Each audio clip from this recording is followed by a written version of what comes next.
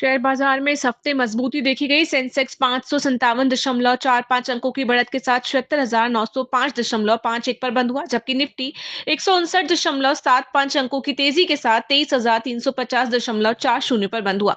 बाजार में तेजी का रुख कायम रहा।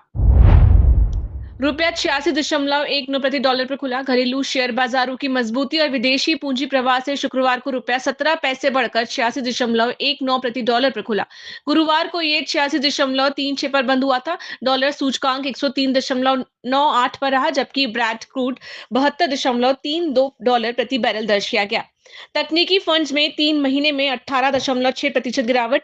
अमेरिका में बिगड़ते माइक्रो इकोनॉमिक हालातों के कारण टेक्नोलॉजी सेक्टर के फंड्स में 18.6% की गिरावट दर्ज हुई है। वैश्विक अनिश्चितताओं और टैरिफ के कारण आईटी कंपनियों पर असर पड़ा है।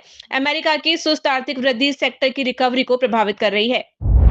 आईसीआईसीआई प्रूडेंशियल ने नया ईटीएफ लॉन्च किया। आईसीआईसीआई प्रूडेंशियल फंड ने निफ्टी ईवी और new age automotive ETF launch किया, जिससे निवेशक 1,000 रुपए से ईवी सेक्टर में निवेश कर सकते हैं। ये open ended exchange traded fund है, जिसका न्यू फंड ऑफर 2 अप्रैल 2025 तक खुला रहेगा।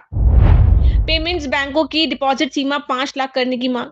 पेमेंट्स बैंकों ने सरकार से खाता डिपॉजिट सीमा 2 लाख से बढ़ाकर 5 लाख करने की मांग की है। साथ ही माइक्रो फाइनेंस लोन देने की अनुमति चाहिए। इससे उनकी आय के स्रोत बढ़ेंगे। अंतिम बारी सीमा अप्रैल 2021 में 1 लाख से 2 लाख की गई थी।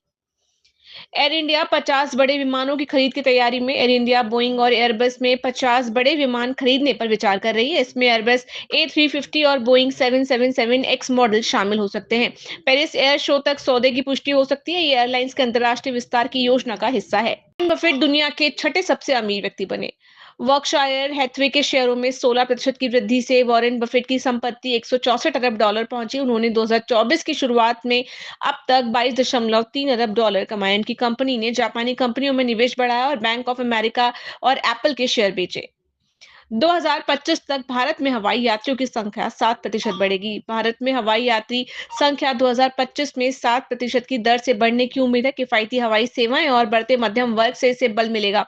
एयर इंडिया और विस्तारा का विलय उद्योग को स्थिरता देगा। भारत का विमान क्षेत्र 150 नए हवाई अड्डे स्थापित कर रहा है।